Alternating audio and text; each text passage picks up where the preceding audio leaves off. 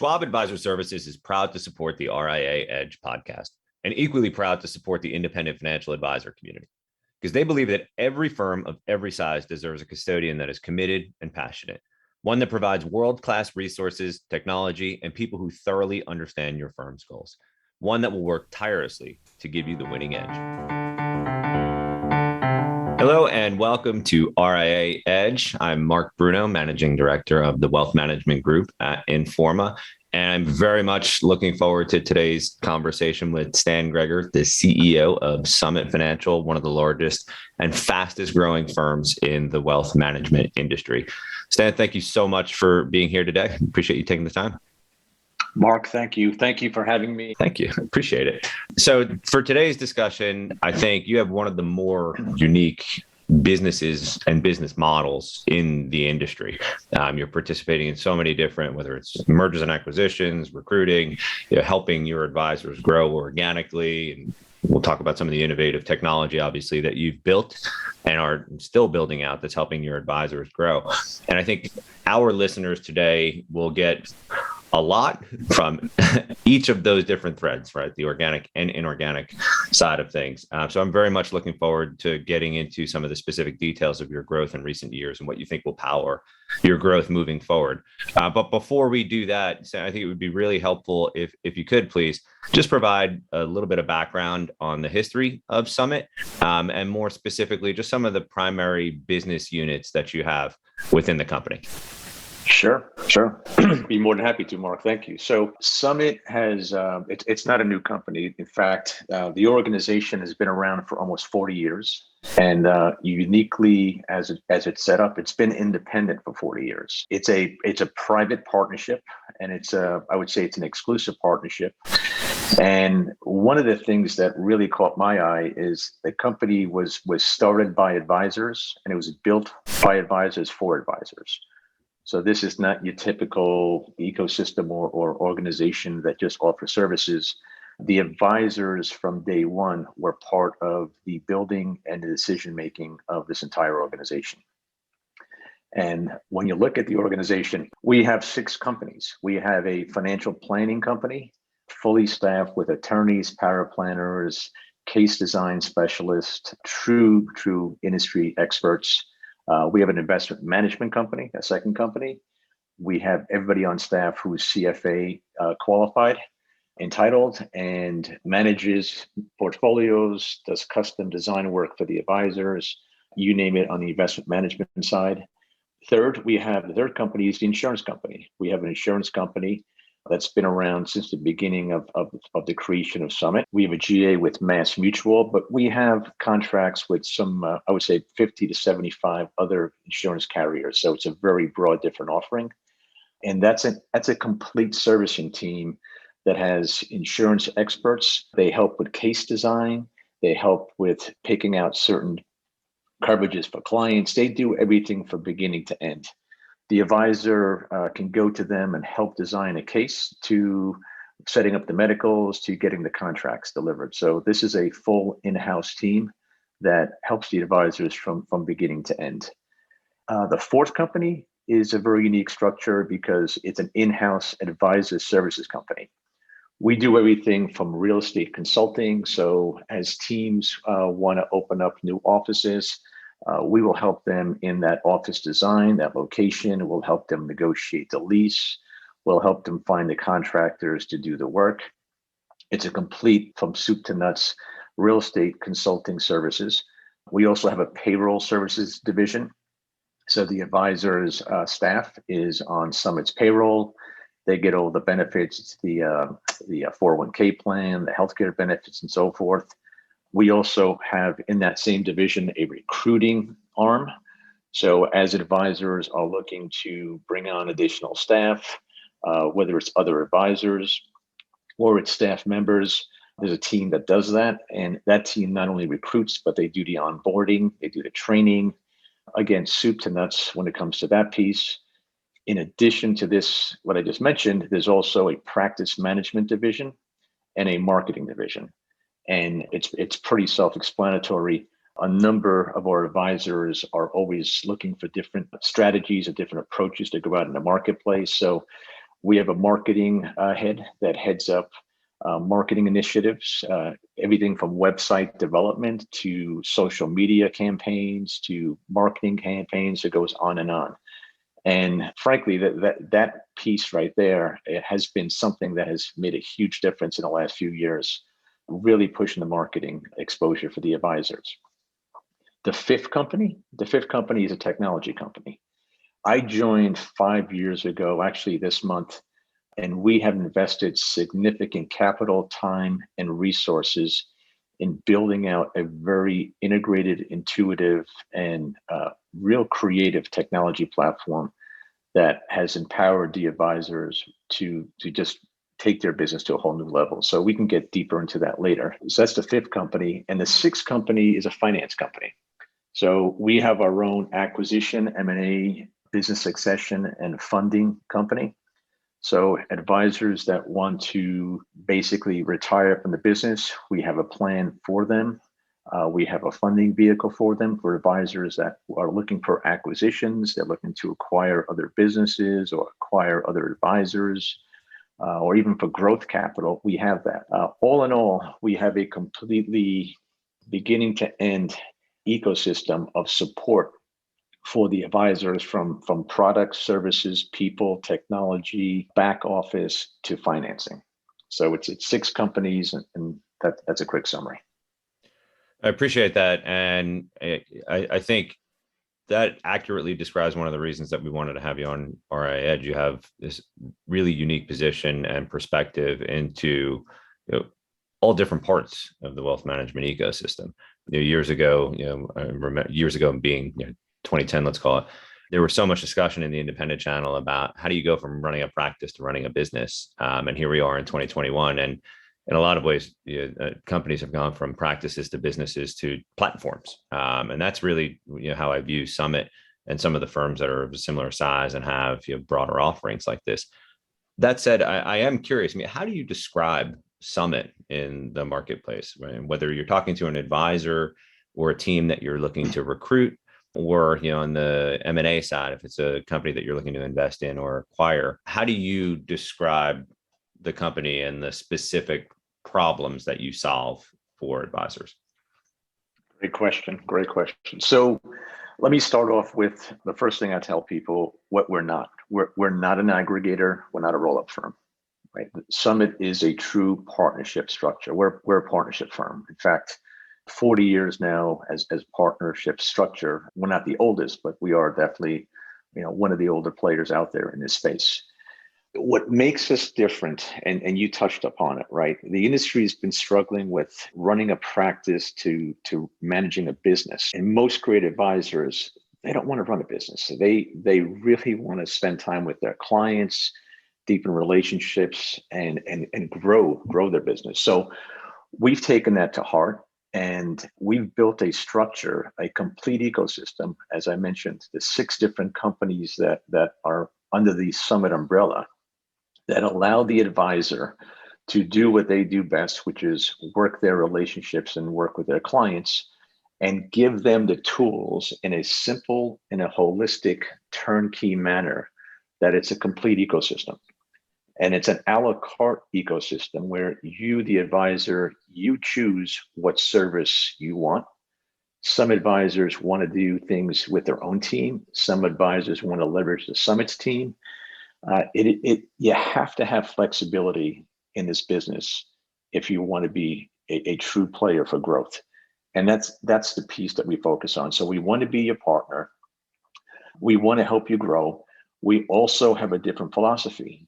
Because the firm was built by advisors for advisors, our business model is not the industry business model, which is let's nickel and dime the advisor every which way we can. Let's mark up services. We get a service for X, let's make it Y. No, our model is we fight for the best pricing for the advisors, for the services, for the technologies, all of those expenses, and we basically give those services to the advisors to empower them for growth. And the way we view our success is by being a partnership, by owning a minority piece of their business, growing their business is going to be a much bigger value add for us in the long term than by nickel and diming and doing markup services along the way. So we believe we want to align ourselves with the advisor. If we can help you, the advisor, grow from A to B, you pick those numbers. The minority investment that we made in you, that's going to grow for us, and we feel that's the right way to align ourselves with the advisor. And it's a unique and different model. Yeah, I think if we can just focus on the minority investment piece for a moment, that's really interesting. I've done some research on this over the years, and the number of minority investments that have taken place, over the last 18 months has tripled and quadrupled in some cases, depending on the precise time period you're looking at. Why is it that it's become so much more? Is it more attractive, or are there just more options, or both? And why do you feel that there's so much momentum in this part of the M&A world right now? Again, great question, and you're right. The velocity is picked up, and I'm going to put it down to two reasons. One is the people that are selling need the money, so that's number one. And number two, the people that are buying view it as a great investment. Mm-hmm. So those are the two reasons why. What I would share with you is I have some concerns with that, because I can't count how many times I come across a situation where somebody tells me they sold out a piece of their business to a minority investor, and a few things just blow me away. Number one, minority investors should not have more rights than the majority investor. So in many of these scenarios, that minority investor, number one, is really not adding value to the business other than the capital that they gave the seller. But two, they're dictating what that majority person can do. So you can't go out and spend money like you wanted to. You can't go expand. It's amazing how a minority investor has more control than a majority investor. So that's one concern. The broader concern is a lot of the folks that I've spoken with about their selling their business, they've come back and said, "Hey, Stan, I needed the money, but the person I'm with hasn't helped me one bit. Nothing. They're not helping me grow the business. They're not giving me infrastructure support.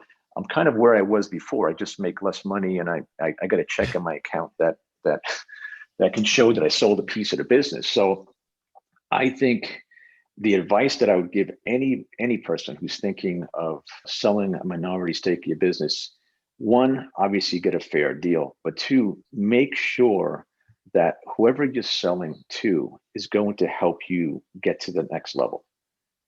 That's so important, because if it's on your shoulders, it's tough. Yeah. And then just to have a framework, there are a lot of people, as you mentioned, who are looking for the opportunity to maybe take some chips off the table and looking for a good deal, but not sure exactly what to ask for when they're trying to evaluate if it's also a good partner. So with that, actually, I'd love to get a sense from you what a good partner looks like. And that could be on the M&A side, that could be recruiting, but what's the profile of the ideal, team or firm, right, that is a fit within the Summit organization? Okay. That's an easy one. So we have a 4-step process, right? So it's who's the right fit for a Summit partnership. Number one, it's going to sound corny, but it's culture and people, and we refer to it as the Sunday factor. If we would not invite you to our home on a Sunday, why would we want to be a partner with you? So it starts off with that. So if the person that you're looking to be a partner with is not somebody that you gel with, or you have the same beliefs and principles, numbers and everything else doesn't matter. We're not going to go further. And the same thing with the person that's looking to sell. They should feel the same about us. Is Summit and its team the people that I would invite to my house on a Sunday? So I think it's reciprocal. So once we get through that factor, the people gel, the second, actually 2, 3, and 4 are simple. Number 2 is growth. We're looking for advisors that truly want to grow. And most advisors are in a situation where they don't have all the resources, the tools. If they're part of the bigger companies that are part of the big banks, there's so many restrictions, there's so many handcuffs that you can't do this, that, and the other thing. So if you want to grow, that's a major check mark for us, because what we built as a platform, we feel is going to help them grow. three rather, is we want to see that they have some proven level of success. And what I mean by this, Mark, is there are a lot of people out there, both on the management side and the individual producer side, that talk a lot but don't produce anything. They just talk about what they're going to do and they just never get to do it. So we want to see that who we are looking to partner with has a demonstrated track record of, I've been successful. And the last piece, the fourth piece, is partnership mentality. The people that we want to partner with, do they have a me or do they have a we mindset?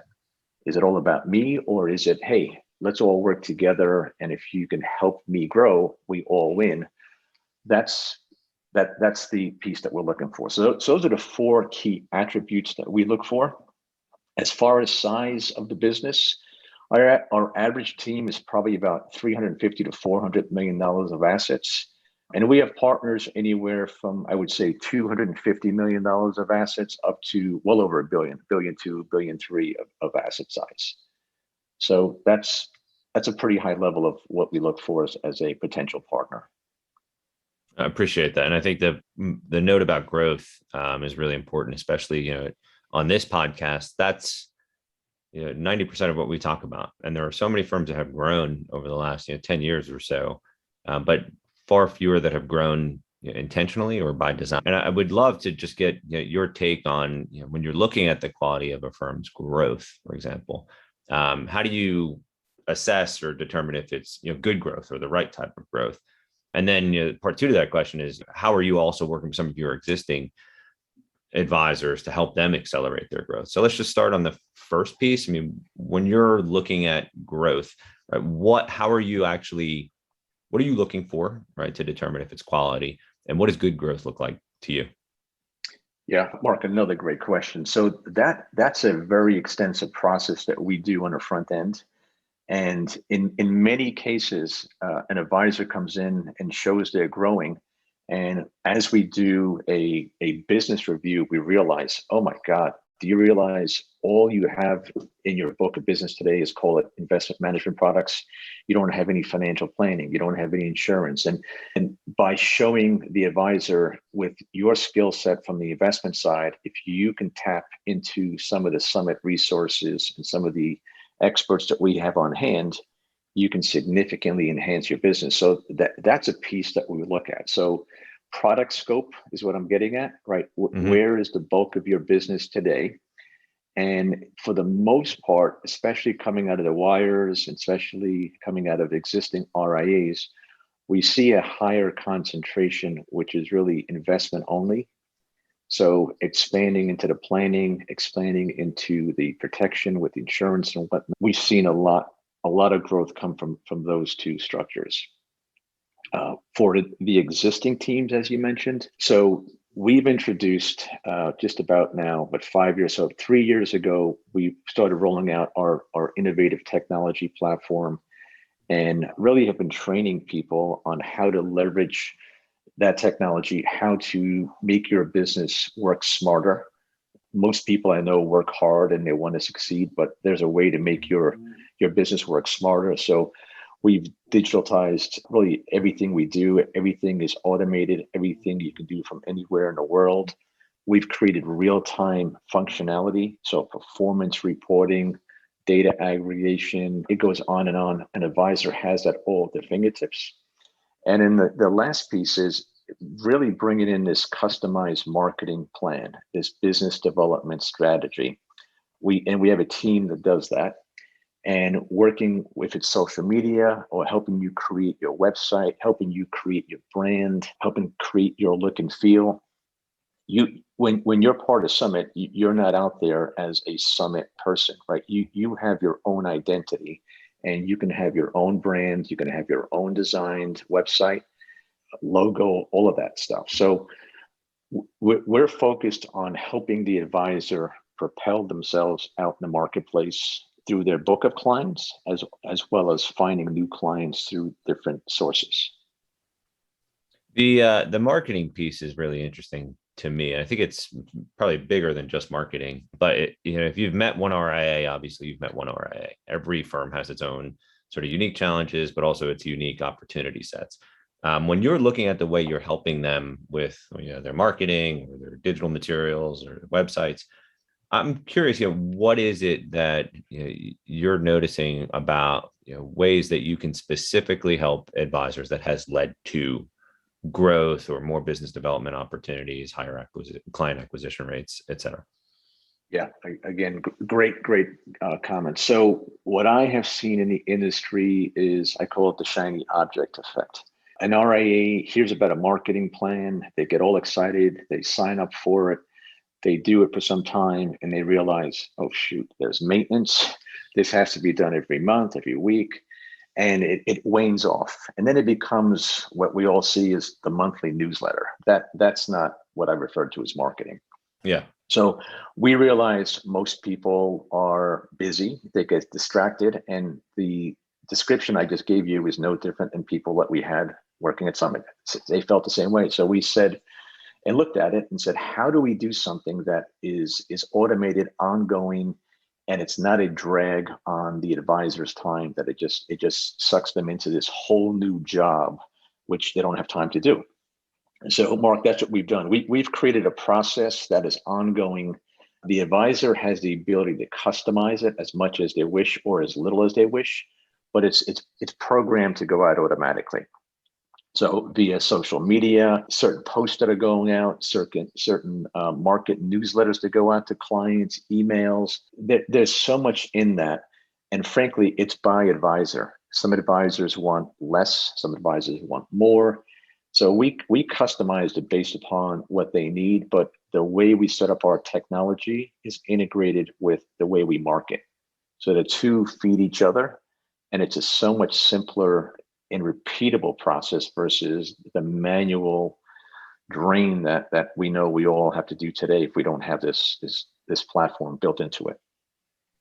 Yeah, and that's a great perspective, because with marketing, you need to always be on. It's not the kind of thing that you can do once a month. It's not a task. It is definitely a core function of a growing, a vibrant advisory firm. Everybody has their own way of thinking about it and doing it, or not doing it in many cases.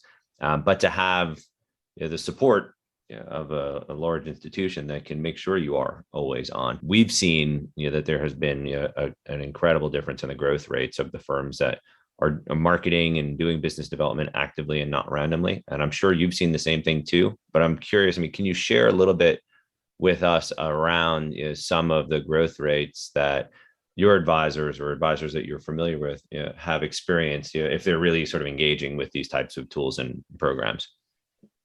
Yes, I can. So specific numbers I'm not going to go into, but I will tell you the following. We've had help from the equity markets over the last couple of years, which anybody in our space, if you're invested in equities, your assets are up. But I will tell you that represents about 20% of our growth, maybe a little less. So the bulk of the growth that we have seen has come from organic, and has come also from new teams coming on board. The teams that are in the Summit Growth Partners model, and that's a partnership model that we have at Summit, they are growing at a much faster clip than the market, and they're growing at a faster clip than the advisors that are out there in the marketplace. So they are leveraging the tools, the resources, the technology, the marketing, the modeling. We have an internal team that works as a partnership consulting group. These are advisors that get together on a quarterly basis. They don't get paid for doing this. They do it out of partnership caring, and they share different strategies and ideas. And every one of these meetings is always fully attended. It's not mandatory, it's optional, yet everybody attends these discussions. And management is there, the advisors are there. We share different ideas and strategies. And sometimes in these meetings, an idea comes up that we were not even aware of, or a technology or a strategy. And we take it back to the home office. We do the testing, we figure out what needs to be done. And if it makes sense, we roll it out. So it's, Mark, I'd love to tell you it's just one or two things. There's many, many things. It's many components. No, and that's really why we started this podcast. The more people we talk to, the more examples we can get of what works and what doesn't, right? The more we can, obviously, over time, provide some best practices and paint that picture of how you can really and truly drive intentional growth. So I appreciate you sharing that. And with for the final piece of this conversation here, I'd love to know, you've obviously invested in technology. You obviously are, well ahead of the curve, but heading into this remote world, right? That in March of 2020, we all had to pivot to practically overnight. Really did change, the way everybody in the business, works with their clients. It changes the way everybody prospects. So it changes the way teams interact with one another. I'm curious, as you kind of look back at the last 18 months or so and all of the change that has taken place, what do you think, one, was the most valuable lesson you learned, and two, Summit and its advisors take with you, almost indefinitely into the future? Oh God, great question. I would love to tell you we were so smart about the pandemic coming, and we knew it was going to happen. That's why we did this. Unfortunately, we're not that smart, but we did realize something that I think all of us realize, right? The way the business and industry interacts really has not changed a lot over the last 20 years. There are products that are different, fee structure, commission structure. I get, yes, that is true. But the way we all interact with clients, the way we find new clients, it's still the old way of doing things. And we just saw an opportunity there to say, wait a second, we're getting older. Is there a way to work smarter as opposed to, work the way you worked when you were younger? So that's what got our curiosity going. And then we started looking at, how do you do things that are simpler? A simple thing, Mark, we've heard this over and over. All these technologies exist out there. They're almost, to me, like desktop icons. You can click on one, username, password, go to another one, username, password. Mm-hmm. That's not effective, right? That helps to some degree, but if you have to export information from technology one to technology two and back and forth, and then you're filling out a form and you have to fill out the paperwork 3 times, I mean, that's not effective. So we created an ecosystem where all of our technology is synchronized and almost works like the iPhone, where when you change a contact on your iPhone, it does it for your iPad and everything else. So we made it very innovative and synchronizing. 2, we made it all digital. And then 3, you can get it from anywhere as long as you have an internet service. Hence, pandemic hits, and 5 minutes after I made an announcement that we're shutting the corporate office, we want everybody to work remotely. 5 minutes later, we were in business. So we didn't skip a beat. That was a pleasant surprise, but I'm going to share with you your second question. What really blew me away was something that I was told many, many years ago. Tigers don't change their stripes. If a let's call it a seasoned advisor has been doing something for so many years, the ability of you to change what they do is low. And I always believed that. I started by this podcast by telling you we're around for 40 years. We really don't want to have attrition. The bulk of the advisors that are with this firm are here 25 plus years. And I never thought I could change their behavior. I never thought I could change the way they interact. And what I've seen during the pandemic, legacy advisors that I would say that they had lifestyle practices, they grew nice, they generated millions of dollars in fees and all of that, but they weren't growing at crazy growth rates. We rolled these technologies out. We rolled out these new processes for marketing, and we created this partnership. And shocking and surprising to me, the oldest and most seasoned advisors right now are growing the most, which is so contrary to what we see in our industry.